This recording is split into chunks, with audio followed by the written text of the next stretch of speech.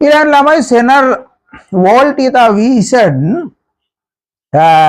නම් RE සඳහා ප්‍රකාශනයක් ලියන්න.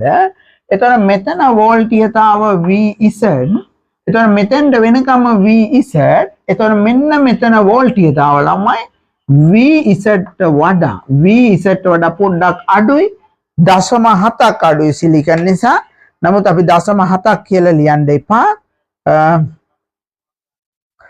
එතන මෙතන වෝල්ටියතාව VBE කියන අන්නේ පොඩි ප්‍රමාණය අඩු වෙනවා.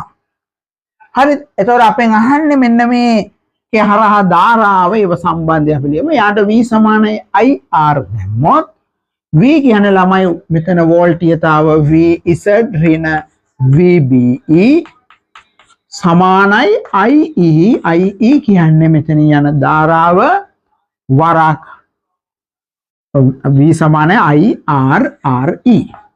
ඒතර ඔන්න ඔහොම තමයි අපිට සමීකරණ ලියන්නේ. ලියලා මේකෙන් RE උක්ත කරන්න කියලා තමයි තියෙන්නේ මේ දීලා තියෙන අකුරු වලින්. එතකොට RE කිසි ප්‍රශ්නයක් නැහැ. මේ විදිහට අපිට ලියන්න පුළුවන්. VZ ඍණ VBE බෙදීම IE. හරිද? එක කාටවත් පැහැදිලි. ඒක දැන් ළමයි මම බැලුවා ඒවා ගොඩක් අය ලියලා තිබුණා. හරිනේ? කොහොම පැහැදිලිව ලියලා තිබුණා. ඊළඟට අපිට කියනවා මෙන්න මෙහෙම ID මිලි ඇම්පියර් 20ක නියත ධාරාවක් නිපදවීමට අවශ්‍ය. ඉතින් නිපදවනෝ නෙමෙයි ඉතින් ධාරාවක් එනවා. නිපදවනවා කියන වෙන වචන යාලා ළමයි යාලට ඕන වචන දානවා. හරි? අපි වචනේ හරියට රිසෝස් බුක් එකේ තියෙන ඒවා දුන්නත් නැත්නම් වැරදි දානවා. ඒගොල්ලන්ට ඕන වචන ඒ කියන්නේ ඒගොල්ලෝ වචන දන්නේ නැහැ ළමයි. මෙලෝ දෙයක් දන්නේ නැහැ. ඔය කොහෙන් හරි ප්‍රශ්න හොයාගෙන දානවා. හරිද? හරි.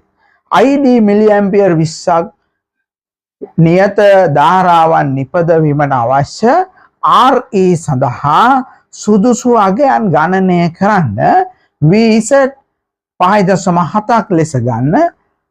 IE සම්බන්ධයෙන් ඔබ කළ උපකල්පනය කුමක්ද? එතකොට ළමයි VBE 0.7යි කියලා ගානේ උඩ තියෙනවා. මේක 5.7යි. ඒ අනුව මේ ටිකම ලැබෙන්නේ 5යි. එතකොට IE අපි දන්නේ නැහැ.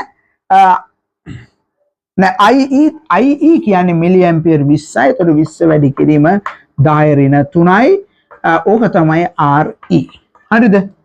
RE කියන්නේ ඕකයි. එතකොට මේක සුළු කරලා අපි උත්තරේ ගන්න ඕනේ.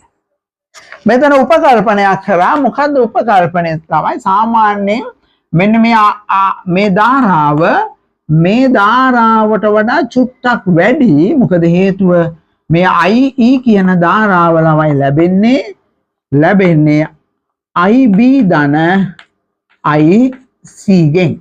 හරිද? එතකොට දැන් මෙතන උපකල්පනය තමයි IB ඉතා කුඩයි. ඒ නිසා IE සමානයි IC කියලා අපි උපකල්පනය කරා. ඒක කරලා තමයි මේක හැදුවේ. මොකද කොහොම මේ ධාරාව අපි දන්නේ නැහැ. හරිද?